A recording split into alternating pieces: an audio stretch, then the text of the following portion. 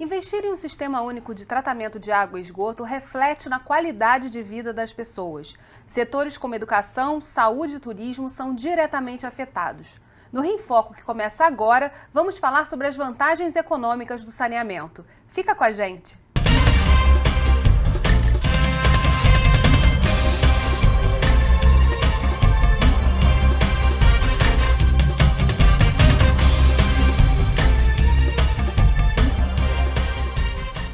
Hoje o programa recebe o embaixador do Instituto Trata Brasil, Raul Pinho, e a coordenadora da Câmara Técnica de Água do Conselho Empresarial Brasileiro de Desenvolvimento Sustentável, CEBEDES, Marina Santa Rosa. No Brasil, o saneamento ainda não é uma prioridade e essa condição gera reflexos na taxa de mortalidade, nos custos de internação em hospitais e na produtividade dos trabalhadores. Em 2003, mais de 2.000 pessoas morreram por infecções gastrointestinais no Brasil. Isso acarretou despesas públicas de 121 milhões no ano. Já no mercado de trabalho, o número de trabalhadores afastados por causa de diarreia e vômito gerou um gasto de mais de 1 bilhão de horas pagas, mas não trabalhadas efetivamente. Vamos ouvir o presidente do Conselho Empresarial de Meio Ambiente e Sustentabilidade da Associação Comercial do Rio de Janeiro. A sociedade, ela tem um papel importante porque os governos, eles são movidos à pesquisa de opinião. E eu fico triste quando eu vejo recentemente pesquisas de opinião em que a população responde que a prioridade para saneamento está em 7º, 8º lugar. Isso mostra que a sociedade não tem consciência de que saneamento é uma ação extremamente importante para a saúde das pessoas, para a redução dos gastos hospitalares e assim por diante. A própria Organização Mundial da Saúde há muitos anos que fala sobre isso. Cada dólar gasto em saneamento significa 5 dólares de economia em internações em leitos hospitalares.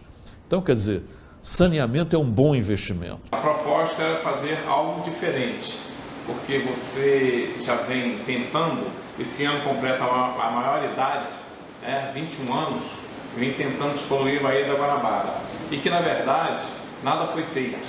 Gastou-se em torno de 10 bilhões, e hoje está aí a Baía da Guanabara da forma que está. Na minha opinião, já conversei com alguns técnicos e a UTR será a solução em 12 meses para que possamos ter uma solução para as Olimpíadas do ano que vem, que os olhos do mundo vão estar voltados para o Rio de Janeiro. O saneamento não é que não seja uma prioridade da população. A população realmente desconhece o que é saneamento. No Trata Brasil, a gente já fez algumas pesquisas, inclusive com o próprio IBOP, há uns anos atrás, que mostrou a total ignorância da população em relação ao que é saneamento.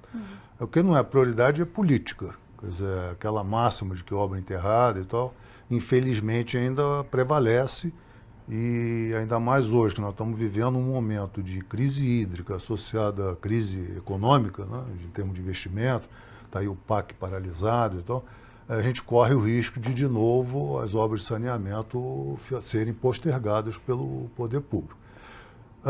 Temos aí a Olimpíada, já tivemos Copa, a Olimpíada coloca, dá luz a esse problema, no momento que a gente está aí começando os eventos testes e tal, de competições.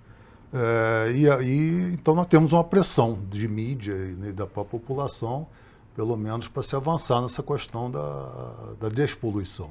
Essa é uma janela de oportunidade? O CEBEDES vê dessa forma? Sem dúvida, a gente enxerga que botando foco nessas questões, na Baía de Guanabara, com a crise hídrica, mostrando a poluição dos nossos rios, a gente tem a oportunidade de falar de saneamento e engajar a população, engajar o poder público, engajar as empresas nessa temática.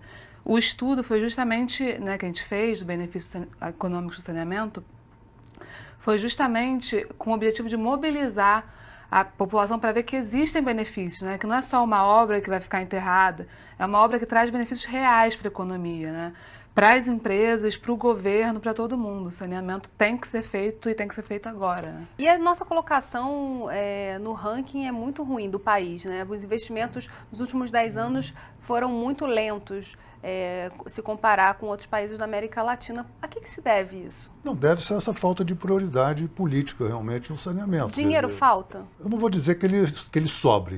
Nós temos dinheiro, e tanto que o PAC ele destinou 40 bilhões, né, de reais, o PAC 1, depois veio o PAC 2, e essas obras elas estão paradas, quer dizer, elas não têm a resposta. Mas por que não tem resposta? Porque quem dá o dinheiro, que é o governo federal, você tem uma cadeia aí, até o dinheiro chegar lá na ponta, é um caminho, vários elos, né? A questão ambiental, licitações, tem várias leis aí que travam isso. Associado à questão da agenda política, porque infelizmente nossos governos, eles agem olhando o mandato. No saneamento a gente precisa de 30 anos de investimentos em sequência. E é difícil você ter governos que pensem em 30 anos. Quer dizer, os planos de saneamento nem existiam, eles passaram a ser exigidos a partir da lei de 2007. Inicialmente, você tem uma ideia, era 2010, o prazo máximo para a apresentação dos planos. Ninguém fez nada. Aí passou para 2014. Nós ainda temos aí cerca de 1/3 só dos municípios que cumpriram com essa obrigação. Como é que a gente pode fazer investimento de longo prazo sem ter planejamento? Muitas vezes, né, acaba fazendo investimento, mas não de forma sistêmica. Se investe na planta, né, de tratamento de água, mas esquece de todo o resto, ou de tratamento de esgoto, né, de você fazer o encanamento, de você fazer todo o sistema, né, porque o saneamento ele precisa de um sistema muito maior do que o que está ali, da planta de tratamento em si. Então, muitos municípios acessaram o recurso, fizeram a obra e agora não conseguem continuar com a parte técnica ou tiveram problemas na ligação do esgoto e da água que chega. Então, é um problema muito complexo e que, mesmo tendo dinheiro, muitas vezes não consegue se acessar. Né? Como eu estava falando. A gente tem defendido muito a questão das autoridades de baía ou de bacias. Quer dizer, nós temos o saneamento, a própria legislação fala que o planejamento tem que ser por bacia. E isso é lógico, porque não adianta você ter uma cidade fazendo uma ação de tratamento de esgoto e uma de água e uma acima dela jogando esgoto, quer dizer, poluindo. Então, tem que tratar no conjunto da bacia. Né? E a gente tem defendido a questão das autoridades de bacia exatamente para ter essa questão da responsabilização. E qual é a barreira para que isso aconteça? Eu vou pedir só um minutinho, a gente volta no próximo bloco com essa resposta. Não saia daí. Rio em Foco aqui, política e economia caminham juntas.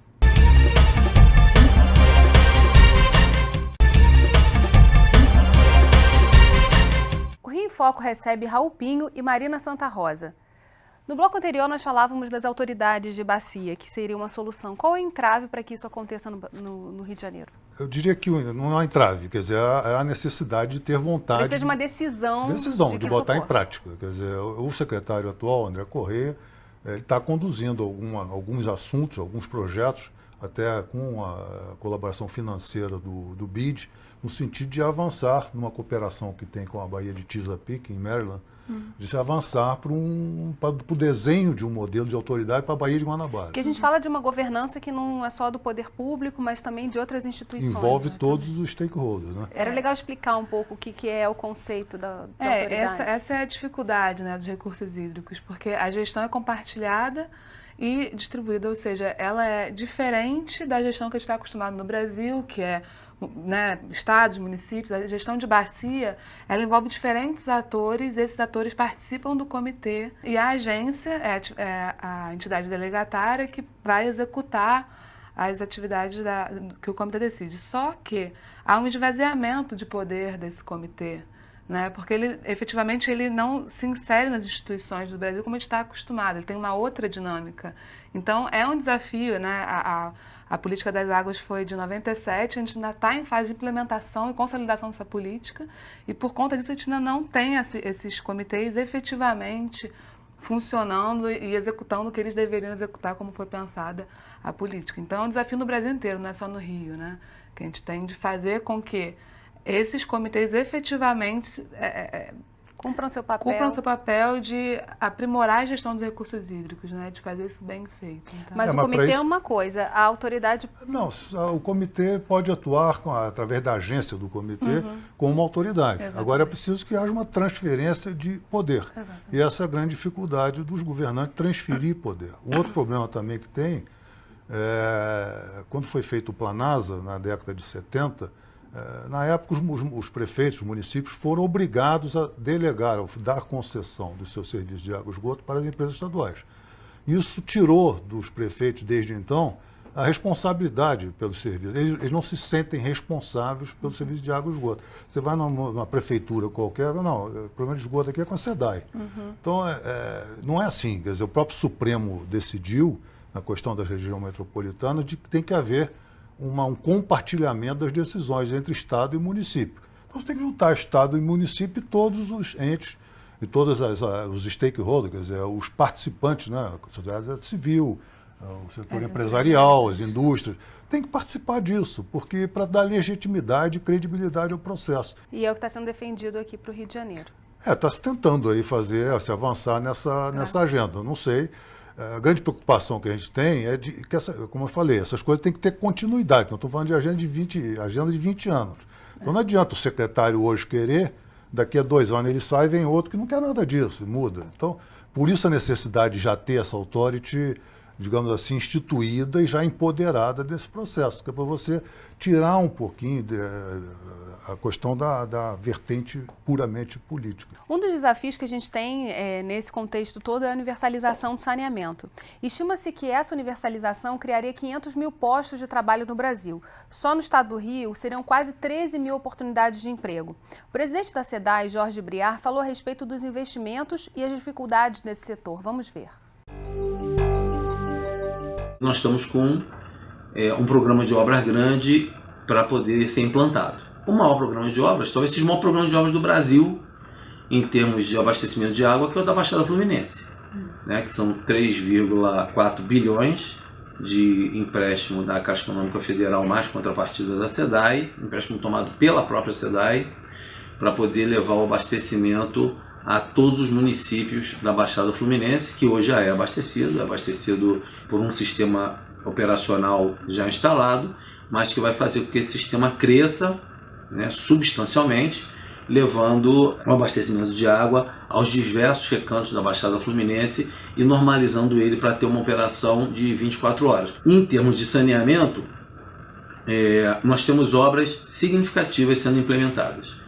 A maior delas, que eu acho, é a ampliação da estação de tratamento de Alegria. Essas obras já estão sendo licitadas. Não, eu acho o seguinte, o Brasil como um todo, ele tem um déficit muito grande na área de saneamento. Claro que a crise econômica afeta o país, né?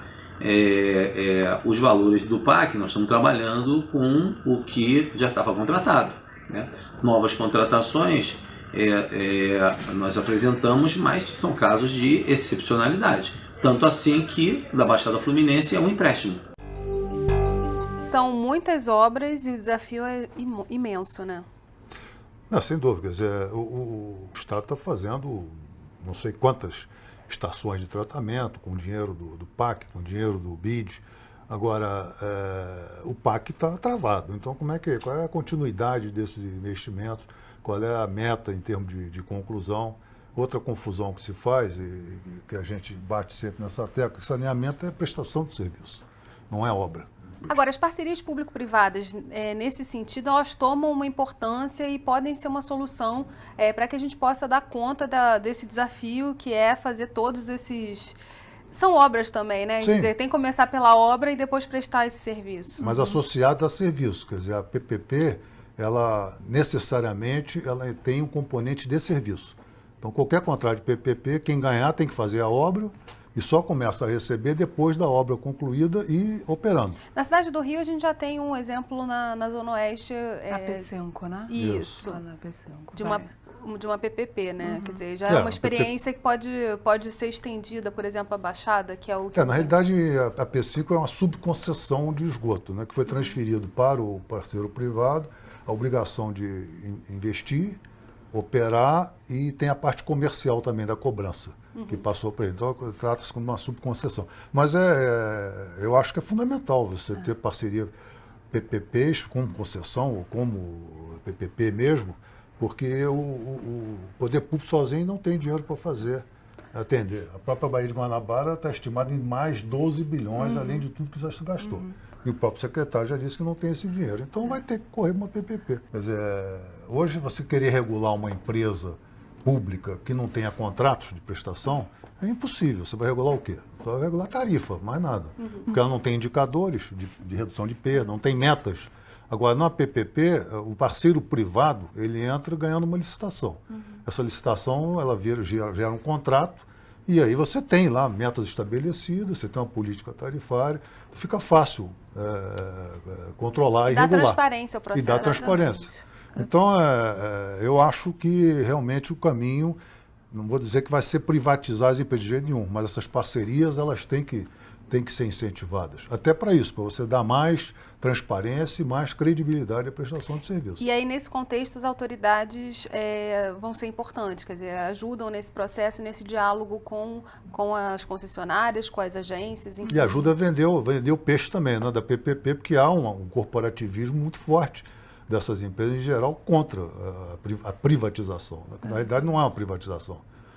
A concessão, ela é um parceiro privado que está vindo com o processo, não está vendendo nenhum ativo. Mas não adianta ficar discutindo isso, a gente sabe que existe uma questão ideológica forte, e as autoridades podem ajudar a desmistificar isso e ajudar a vender esse processo. Porque o importante é a eficiência, né? Que a gente consiga universalizar. Como isso vai ser feito, existem diversas maneiras, mas que a gente faça, né? Que a gente não deixe de incentivar e de promover o saneamento. E priorizando a eficiência operacional, né, o longo prazo, que é fundamental. Agora, existem outras alternativas, como, por exemplo, o reuso, que é pouco discutido, apesar de a gente estar nesse cenário de escassez de água, né? O reuso, ele é muito discutido ainda, bom, ele já é bastante discutido na indústria, né? Para o reuso industrial, ou seja, as indústrias utilizarem a água que elas já utilizaram no seu processo, ou que uma outra indústria já utilizou. Mas, mesmo isso sendo óbvio, né, numa situação de escassez, que já tem uma água disponível de uma qualidade que não necessariamente vai para a população, mas que pode ser usada na indústria, mesmo isso já sendo óbvio, a gente falta uma regulamentação. Então, as próprias indústrias, né, têm uma insegurança na hora de usar essa água de reuso, porque pode ser que... Chegamos ao último bloco. O Rio em Foco separou esse espaço para que você, telespectador, possa tirar suas dúvidas enviando as perguntas que serão respondidas aqui no estúdio com os nossos convidados. Para você participar, basta enviar um e-mail para rioemfoco@gmail.com ou pela nossa página do Facebook. Aqui a gente tem uma pergunta do Ricardo Tavares, lá da Pavuna, e ele quer saber quais deveriam ser as prioridades em relação ao saneamento. Quando a gente fez o lançamento desse estudo, né, dos benefícios econômicos, foi no Ministério Público, estava presente lá o secretário de saneamento na época, foi o Carlos Portinho, a deputada Aspásia Camargo e o Ministério Público. Nós fizemos uma provocação lá de, aproveitando que estavam os três na mesa, assinar um termo de comprometimento entre os três poderes para discutirem aquela questão da criação da autoridade de bacia. Então, primeiro tem que haver, eu acho que é o comprometimento dos três poderes, Ministério Público, Legislativo e Executivo, para dar continuidade e estruturar a governança desse serviço. Acho que o maior problema que nós temos é de governança. Quer dizer, você não consegue ter responsabilização pelos problemas ambientais, de saúde e tal, causados por lançamento de esgoto in natura.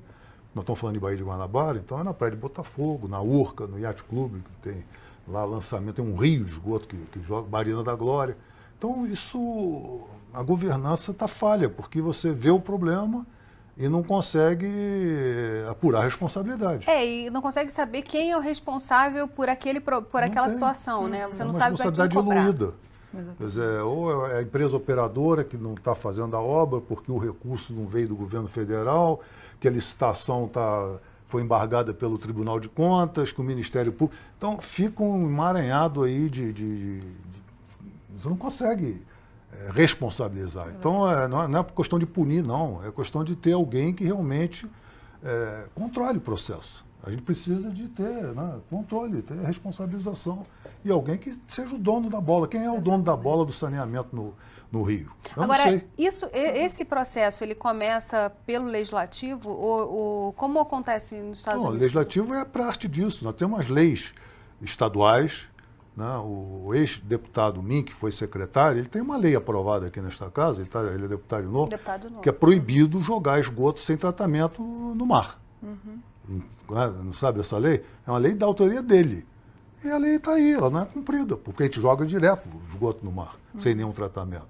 Isso acontece com todos os recursos naturais que são públicos, né? Como eles não têm dono, você tem mais dificuldade em controlar todos os processos ali envolvidos. Então, o saneamento, ele sofre desse mal, né? Ele é um processo essencial para a sociedade, para o bem-estar da população, mas enquanto ele não tiver dono, ninguém se responsabiliza e aquilo vai rolando, porque é um bem, a água, né, é um bem público, então sofre da tragédia dos comuns, então isso é um grande problema. Falou-se aqui também, aqui nesse programa, sobre a questão do município, que ele não se sente dono desse processo ou empoderado, responsável por dar respostas nesse processo.